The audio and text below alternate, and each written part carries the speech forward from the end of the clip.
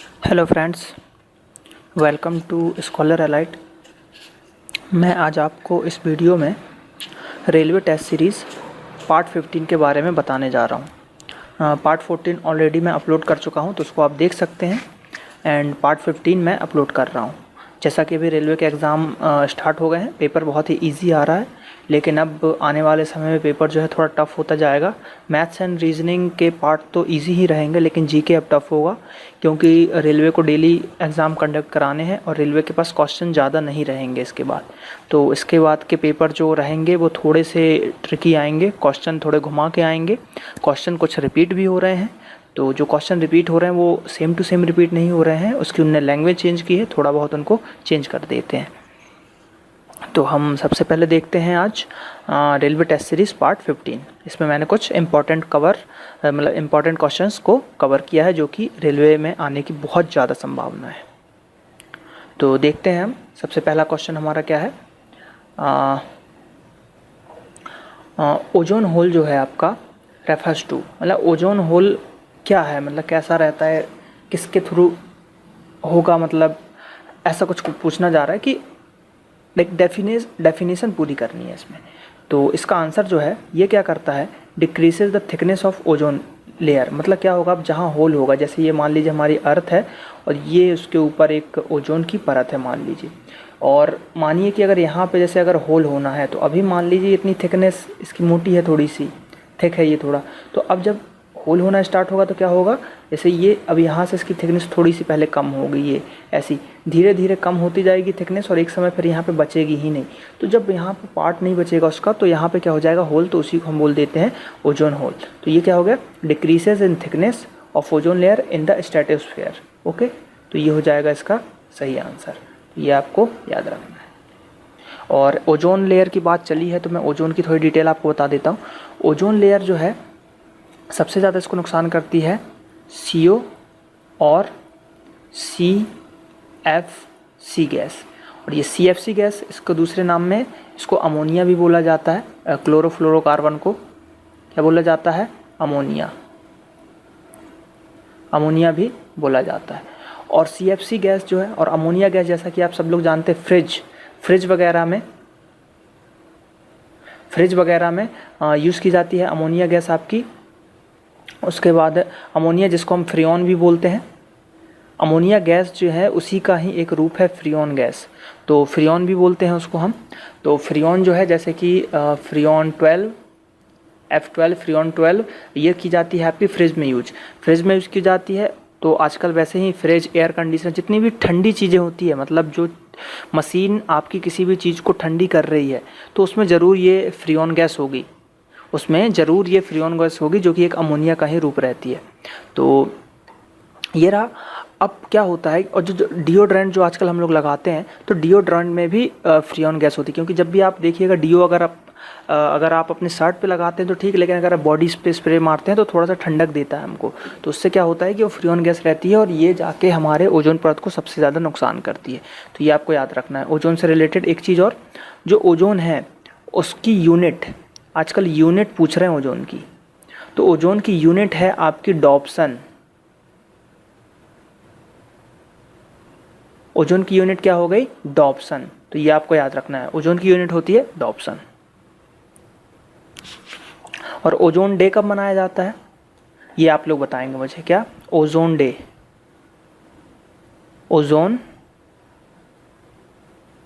Day, ozone day कब मनाया जाता है, ये आप लोग बताएंगे। मैं इतना बता देता हूँ, सितंबर में मनाया जाता है, सितंबर में, लेकिन किस सितंबर को, ये आप मुझे बताएंगे।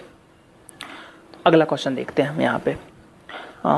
Who is known as the father of economics, मतलब जो हमारा अर्थशास्त्र है, अर्थशास्त्र के फादर किसे कहा जाता है, तो वो कहा जाता है आपके एडम स्मिथ को।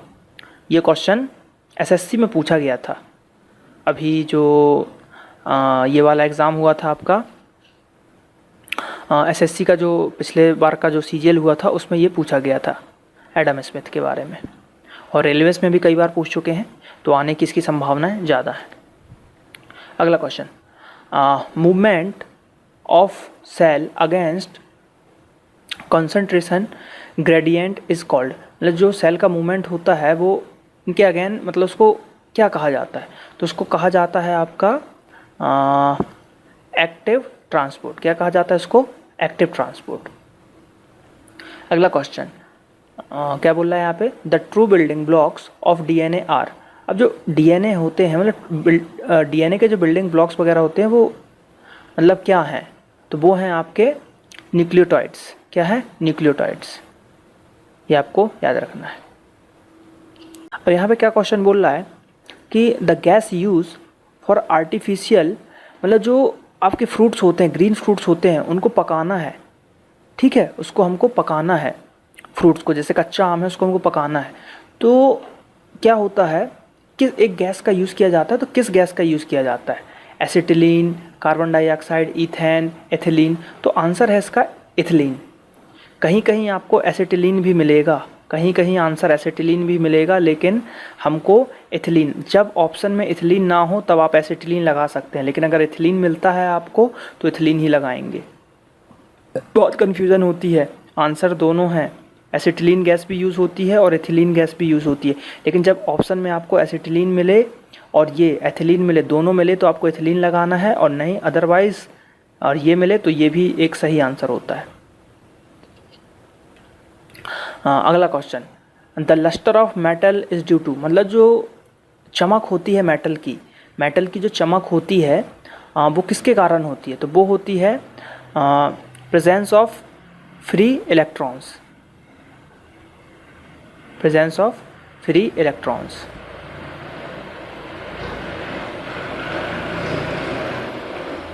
अगला क्वेश्चन देखते हैं। जो अभी लोकसभा चल रहा है हमारा, प्रेजेंट लोकसभा जो चल रही है वो किस नंबर की लोकसभा है? तो वो लोकसभा किस नंबर की है आपकी? 16 लोकसभा की है, मतलब 16 लोकसभा चल रही है, और अभी जो उनके हेड हैं वो कौन है? सुमित्रा महाजन। अगला question, which of the following groups of reverse have their source of origin इन तिब्बत, मतलब इनमें से कौन से जो रिवर्स के सोर्स हैं, मतलब रिवर्स हैं जिनका जो सोर्स है, ओरिजिन है, वो आपका तिब्बत में है? तो गंगा, तो गंगोत्री यानी इंडिया से निकलती है, यहाँ भी गंगा आ गया। देखिए ऑप्शन कैसे काटे जाते हैं। मान लीजिए आपको नहीं पता, अब देखिए ब्रह्मपुत्र, ऐसा सबको लगता है कि अरे चाइना से आ रही, दूर से आ रही, ठीक है, लेकिन गंगा के बारे में तो हमको पता है ना कि गंगा इंडिया से निकलती है। कहाँ से निकलती है? इंडिया से। तो अब गंगा गया, मतलब इसमें गंगा आ गई, मतलब ये सेट गलत हो गया, यहाँ भी गंगा आ गई, ये सेट गलत हो गया। ठीक, अब बच रहे हैं दो ऑप्शन आपके पास, एक 3 और एक 4। ठीक, चिनाब, रावी और सतलुज। ठीक है, चिनाब, रावी और कौन सी बच रही? सतलुज। तो जैसा कि आपको पता है चिनाब नदी भी जो है आपकी इंडिया से ही निकलती है, चिनाब भी इंडिया से निकलती है, और रावी जो है ये भी आपकी इंडिया से रहती है। तो अब बच कौन सा गया ऑप्शन? तो ऑप्शन बच गया आपका ब्रह्मपुत्र, इंडस और सतलुज। ये 3 नदियाँ हैं जो कि तिब्बत से निकलती हैं। ब्रह्मपुत्र तिब्बत में मानसरोवर से निकलती है। तो इस टाइप से ऑप्शन काट सकते हैं। तो आंसर क्या हो जाएगा? आंसर है यहाँ पे थर्ड वाला, ब्रह्मपुत्र, इंडस और सतलुज। तो ये आपको याद रखना है। Which one of the following is the largest country in the world? अब लार्जेस्ट कंट्री ये बताने की ज़रूरत ही नहीं है, रसिया है।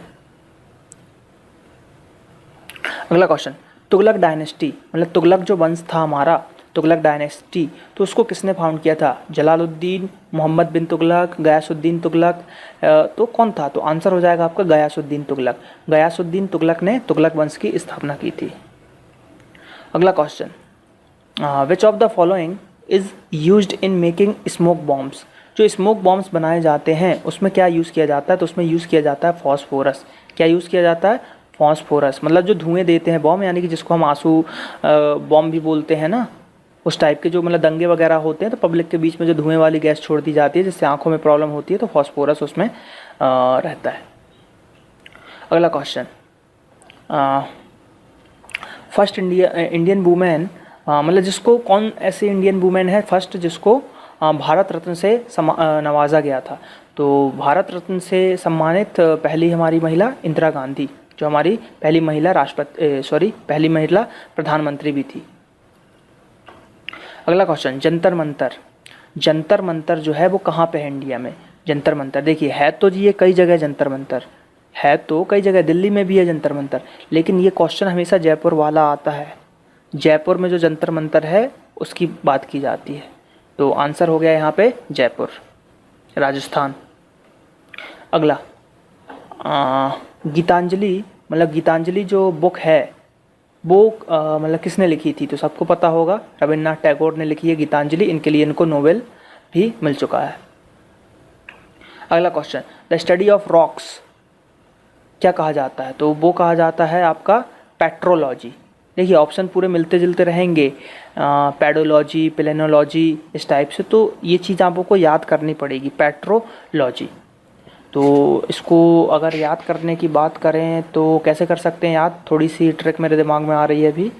अगर इसको आप ठीक से देखें तो पेट्रोल हो जाएगा, ये पेट्रोल हो जाएगा, ठीक। चट्टानें हैं, जैसा कि हम सब जानते हैं कि जो अवसादी चट्टानें होती हैं वहाँ से हमको पेट्रोलियम मिलने की सबसे ज़्यादा संभावना रहती है।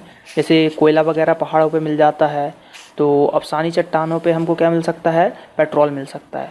तो क्या हुआ कि इससे हम याद रखें कि रॉक्स पे पेट्रोल ज़्यादा मिलते हैं हमको, रॉक्स की अगर खुदाई करें तो पेट्रोल मिलने की संभावना ज़्यादा है।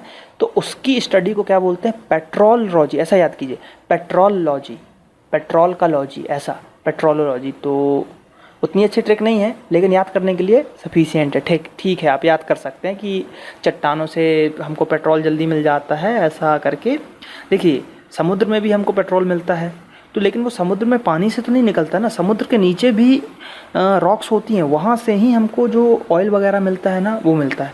तो इसलिए ऐसा पेट्रोलॉजी हम बोल सकते हैं। जैसे डायरेक्ट हमको पेट्रोल नहीं मिलता, क्रूड ऑयल मिलता है, उसको हम रिफाइन करते हैं, उससे हमको पेट्रोल मिलता है, लेकिन याद करने के लिए हम ऐसा कर सकते हैं, ठीक है। तो इसको आप रिलेट कीजिए, याद हो जाएगा, रिलेट करने से चीज़ें जल्दी याद होती हैं। अगला क्वेश्चन देखते हैं, the Kargil war took place in year, मतलब किस ईयर में कारगिल वॉर हुआ था, इंडिया और पाकिस्तान के बीच जो कारगिल की लड़ाई हुई थी वो कब हुई थी, तो वो हुई थी 1999 में, 1999 में।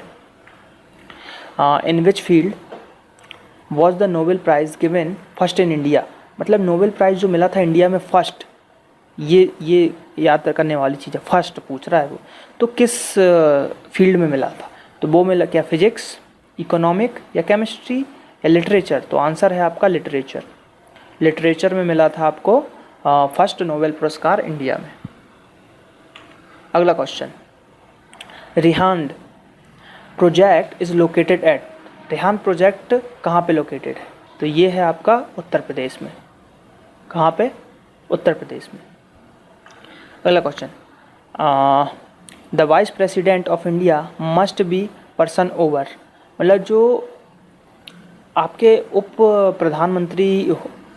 उपराष्ट्रपति जो हैं, प्रेसिडेंट जो हामिद अंसारी हैं अभी, तो आपको उपराष्ट्रपति बनने के लिए कितनी एज होनी चाहिए, तो वो एज होनी चाहिए 35 ईयर्स, मतलब एटलीस्ट आप 35 साल के हों, एटलीस्ट 35 से नीचे वाला कोई उपराष्ट्रपति नहीं बन सकता। अगला क्वेश्चन देखते हैं, जो पावर हो, मतलब इलेक्शन से रिलेटेड जो चीज़ों का पावर होता है वो किसके पास होता है, तो वो होता है हाई कोर्ट्स के पास, हाई कोर्ट्स के पास। अगला, when is national handloom day, handloom day कब मनाया जाता है, तो हैंडलूम डे मनाया जाता है आपका 7 अगस्त, 7 अगस्त को मनाया जाता है हैंडलूम डे। अगला क्वेश्चन देखते हैं, मुस्लिम लीग, बताने की ज़रूरत नहीं है, मैं हिस्ट्री के उसमें बता चुका हूँ। मुस्लिम लीग की जो स्थापना हुई थी वो कब हुई थी, 1906 में, 1906 में मुस्लिम लीग बना था। अगला question, how many banks were nationalised in 1969, अब 1969 में कितने बैंक नेशनलाइज्ड हुए थे, तो वो हुए थे 14 बैंक। अगला क्वेश्चन देखते हैं, तुलसीदास, जो तुलसीदास हैं जिन्होंने रामचरितमानस, देखिए रामचरितमानस और रामायण में अंतर है।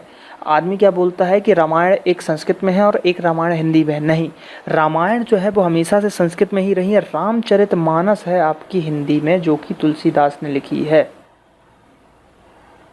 ठीक है, तुलसीदास जी ने लिखी है। तो वो ये पूछ रहा है कि जो तुलसीदास थे किसके समकालीन थे, उस समय मतलब किस राजा के समकालीन थे वो, तो वो थे आपके अकबर। अकबर के समय के हैं तुलसीदास। ये आपको याद रखना है। तो ये कुछ क्वेश्चंस थे जो कि मैंने कवर किए हैं रेलवे टेस्ट सीरीज़ पार्ट 15 में। आईएमपी क्वेश्चंस है। जैसा कि अभी पेपर हो रहे हैं तो रिव्यूज़ में मुझे पता चला है कि हमारी जो टेस्ट सीरीज़ है उससे कई क्वेश्चन आए हैं, और मैं डेली टेस्ट सीरीज़ अपलोड कर रहा हूं, तो आप उनको देख सकते हैं। कई क्वेश्चंस आ चुके हैं अभी तक टेस्ट सीरीज़ में से।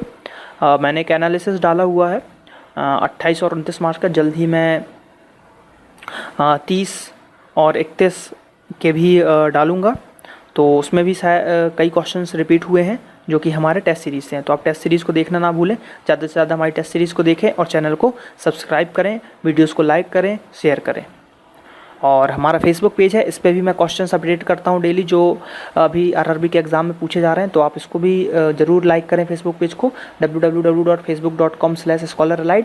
ये पेज आप लाइक कर सकते हैं। इस पर मैं डेली जो पेपर होते हैं उनके शिफ्ट वाइज में क्वेश्चंस डाल देता हूँ, आंसर्स जिनके पॉसिबल रहते हैं उनके डाल देता हूँ। बाकी मैं जब वीडियो बनाऊँगा तो पूरे आंसर्स डिटेल में डिस्कस करेंगे हम।